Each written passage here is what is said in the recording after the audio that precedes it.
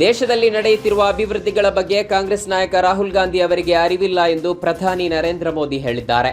ಕೇರಳದ ಕೊಚ್ಚಿಯಲ್ಲಿ ಬುಧವಾರ ಎನ್ಡಿಎ ಸಮಾವೇಶವನ್ನುದ್ದೇಶಿಸಿ ಮಾತನಾಡಿದ ಅವರು, ಪಶ್ಚಿಮ ಏಷ್ಯಾ ಬಿಕ್ಕಟ್ಟಿಗೆ ಸಂಬಂಧಪಟ್ಟಂತೆ ಕಾಂಗ್ರೆಸ್ ಪಕ್ಷವು ರಾಜಕೀಯ ಮಾಡುತ್ತಿದೆ ಎಂದು ಆರೋಪಿಸಿದ್ದಾರೆ.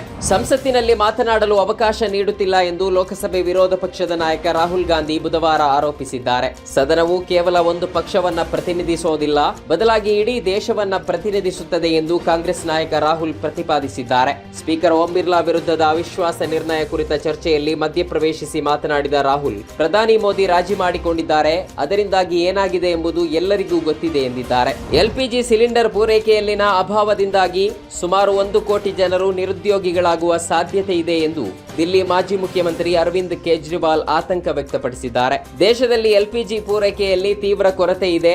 ರೆಸ್ಟೋರೆಂಟ್ಗಳು ಮತ್ತು ಹೋಟೆಲ್ಗಳು ಈಗಾಗಲೇ ಅಭಾವವನ್ನ ಎದುರಿಸುತ್ತಿದೆ. ಮುಂದಿನ 2 ದಿನಗಳಲ್ಲಿ 50% ಹೋಟೆಲ್ಗಳು ಮುಚ್ಚುವ ಹಂತಕ್ಕೆ ತಲುಪಲಿವೆ ಎಂದು ದಿಲ್ಲಿ ಮತ್ತು ಬಿಹಾರದಿಂದ ಸುದ್ದಿಗಳು ಬರುತ್ತಿವೆ ಎಂದು ಹೇಳಿದ್ದಾರೆ.